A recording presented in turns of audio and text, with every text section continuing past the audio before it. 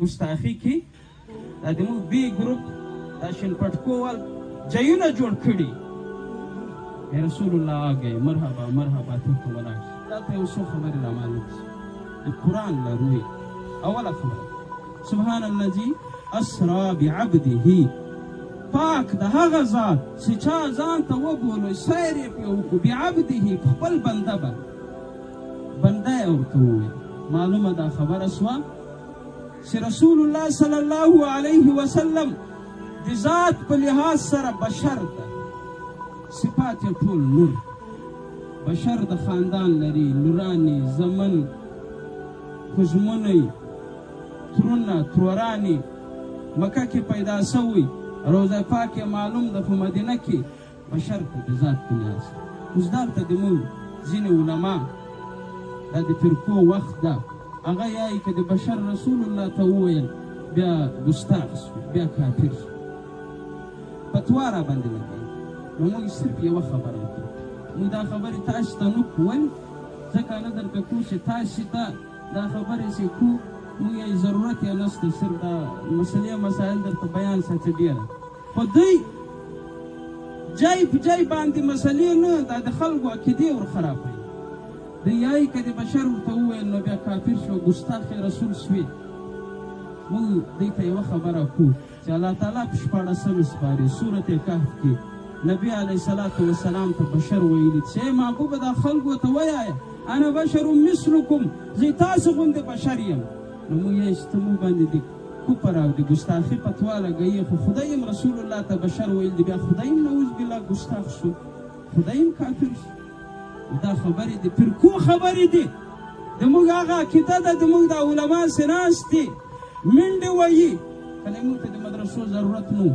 زموږ مدرسې جوړو، دلته په صحابه کې څو مدرسې دي، په هر ګره کې مدرسه شته. موږ ته نشته د مدرسو ضرورت چې هر یو ملا ځان ته مدرسه جوړوي. ضرورت د دغه شي داسې عالم ډېر لرې نظر کړي چې فرقې رازیاتې شوې، د خپله مدرسه ښه ده، دا زوړ ملا زړې تراویح ښې دي چې پلار او نیکه پېژنئ، دغه ملا ښه ده. زه خپله مدرسه ځکه جوړوم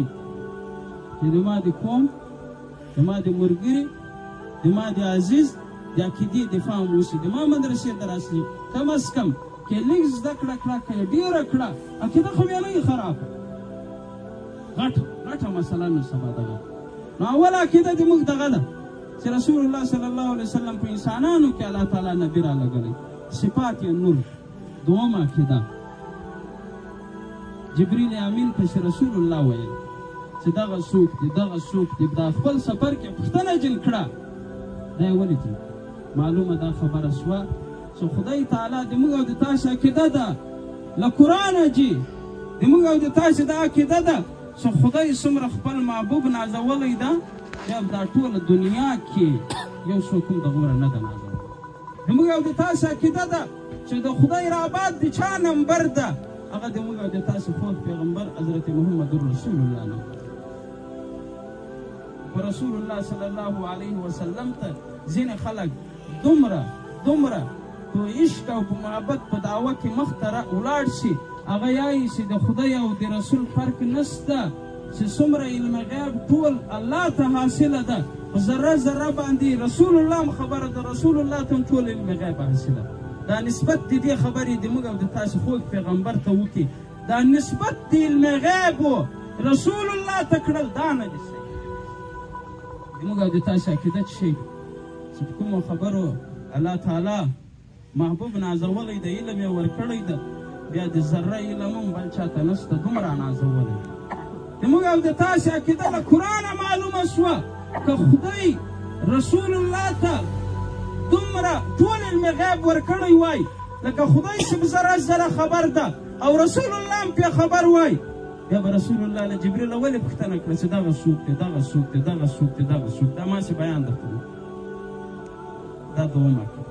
درېیمه عقیده د قرآن له دغه آیاته ثابتېږي. ځینې خلک یایي رسول الله حاضر ناظر، کله چې دغه ربیع الاول راشي دوی ځایونه جوړ کړي، دومره زموږ بي ګروپ دا شنپټکوال ځایونه جوړ کړي، رسول الله آگئ مرحبا مرحبا ته ولاړ شي. موږ ورته یې چې رسول الله ته ته جای جوړوې منبر جوړوې بیا دومره غټ ګستاخ ته مخ ته په مصله ولاړ یې رسول الله شاته ولاړ. دویمه خبره چې رسول الله د خدای غوندې حاضر ناظر وای هر چیرې وای مو یې کتلی نو بیا د موږ او د تاسې خود پیغمبر ته د تګ څه ضرورت و چې اسمانو ته تلل خو ډېر حاضر و ولې حاضر چیرې تاسې دا اورېدلي دي چې خدای له لاهوره اسلام آباد ته راغلی اورېدلي دا خو ما خبره باندې تاسې باندې کېږي اورېدلي دي چې خدای دې غاله راغلی او د رسول الله په باره کې وابم بیان کی سنیم بیان کی بلم بیان کی څلور دیرش کشو فرقې دي ټول دا بیانونه کې چې رسول الله د معراج په سفر باندې له فلاني ځای را روان شو بیا هلته ولاړ بیا هلته ولاړ دغه بیان کې کېلی د هجرت بیان کې کېلی چې څنګه مکې او مدینې ته راغلو نو بیا څه ضرورت و چې زموږ رسول الله هر ځای حاضر ناظر و بیا سفرو ته څه ضرورت و دا عقیده خلکو ته خراب عزیزانو یو بله عقیده له دې د ما له خبرو چې راووتله هغه دا چې بیت المقدس ته د موږ او د تاسې خوږ پیغمبر راغی اذان د دغه دا موږ او تاسې چې وکړو دا اذان وشو ملایکې وو تکبیر هم دا وویل شو عقیده راووتله چې نور ټول چې څومره نبیانو دینونه راوړي وو دا ټول کتابونه منسوخه شو ټول دینونه منسوخه شو دین که چلیږي تر قیامته پورې به دغه د موږ او د تاسې دغه دین چلیږي اذان که معتبره وي دغه اذان به معتبره وي بل اذان هېڅکله نه ده معتبره فرقې به یې راضي به ځینې به اذانګونه سره اوږدوي ځینې به یې سره کموي خو د موږ او د تاسې به هغه عقیده وي ولې د معراج له واقعې دا معلومه شوه یو دلیل یې دغه ده چې رسول الله صلی الله علیه وسلم بیت المقدس ته ورسېدو قربان یې سم دغه اذان وشوی د موږ او د تاسې دا اوس چې کېږي